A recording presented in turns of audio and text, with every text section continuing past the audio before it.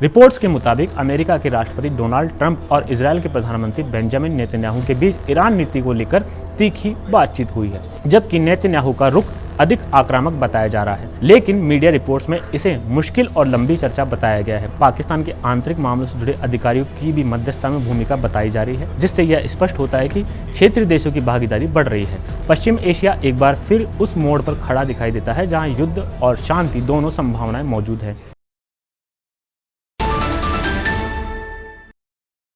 नमस्कार, लोकमत भारत में आपका स्वागत है। मैं हेमंत शर्मा, अभिवादन स्वीकार करें। ईरान को लेकर अंतर्राष्ट्रीय राजनीति में एक बार फिर तनाव और कूटनीतिक गतिविधियां तेज हो गई है। हाल ही में सामने आई कई रिपोर्ट्स के अनुसार पश्चिमी एशिया में संभावित युद्ध और शांति वार्ता दोनों ही समानांतर रूप से चल रहे हैं। इन घटनाओं के केंद्र में अमेरिका, इजरायल और ईरान के बीच जटिल संबंध हैं, जिनमें खाड़ी देशों की मध्यस्थता भी अहम भूमिका निभा रही है।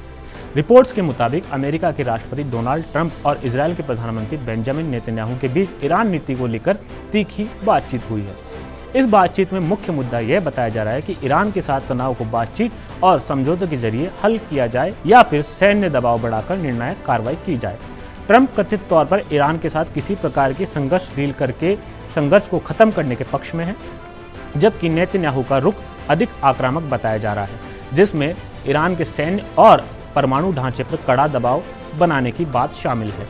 जानकारी के अनुसार यह भी दावा किया गया है कि दोनों नेताओं के बीच हुई फोन बातचीत काफी तनावपूर्ण रही है। हालांकि इस बातचीत की आधिकारिक पुष्टि अभी तक नहीं हुई है, लेकिन मीडिया रिपोर्ट्स में इसे मुश्किल और लंबी चर्चा बताया गया है। कुछ रिपोर्ट में यह भी कहा गया है कि बातचीत के बाद नेतन्याहू असंतुष्ट और चिंतित नजर आए। हालांकि इस तरह के विवरण अक्सर अनौपचारिक स्रोतों पर आधारित होते हैं और इन्हें तथ्य के रूप में स्थापित नहीं माना जा सकता।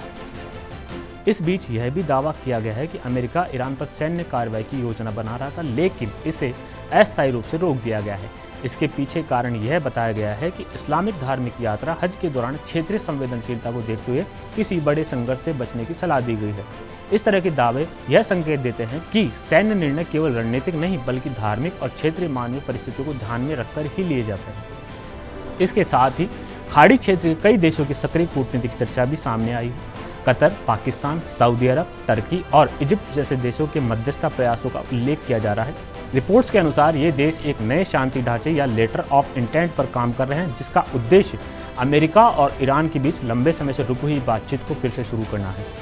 इसमें ईरान के परमाणु कार्यक्रम, क्षेत्रीय सुरक्षा और रणनीतिक जलमार्ग जैसे मुद्दों पर चर्चा शामिल हो सकती है, विशेषकर होर्मुज के संदर्भ में, जो वैश्विक ऊर्जा आपूर्ति के लिए बेहद महत्वपूर्ण माना जाता है। कुछ का यह भी कहना है कि कतर की ओर से एक नया ड्राफ्ट तैयार किया गया है, जबकि अन्य का दावा यह है कि पहले से मौजूद पाकिस्तानी प्रस्ताव पर ही संशोधित रूप है, जिसमें खामियों को दूर करने की कोशिश की गई है। इस तरह की अलग अलग व्याख्याएं यह दिखाती है कि अभी तक किसी भी प्रस्ताव पर पूरी तरह सहमति नहीं बनी है और कूटनीतिक प्रक्रिया प्रारंभिक चरण में है। दूसरी ओर ईरान के विदेश मंत्रालय ने संकेत दिया है कि बातचीत किसी न किसी प्रस्ताव के आधार पर आगे बढ़ रही है। हालांकि उन्होंने यह भी स्पष्ट किया कि ईरान अपने राष्ट्रीय हितों और राष्ट्रीय सुरक्षा से समझौता नहीं करेगा। इस बीच पाकिस्तान के आंतरिक मामलों से जुड़े अधिकारियों की भी मध्यस्थता में भूमिका बताई जा रही है, जिससे यह स्पष्ट होता है कि क्षेत्रीय देशों की भागीदारी बढ़ रही है। इन सभी घटनाओं के बीच सबसे महत्वपूर्ण बात यह है कि तनाव और बातचीत दोनों ही एक साथ चल रहे हैं। एक तरफ संभावित सैन्य कार्रवाई की चर्चा है, तो दूसरी तरफ कूटनीतिक समाधान की कोशिशें हैं।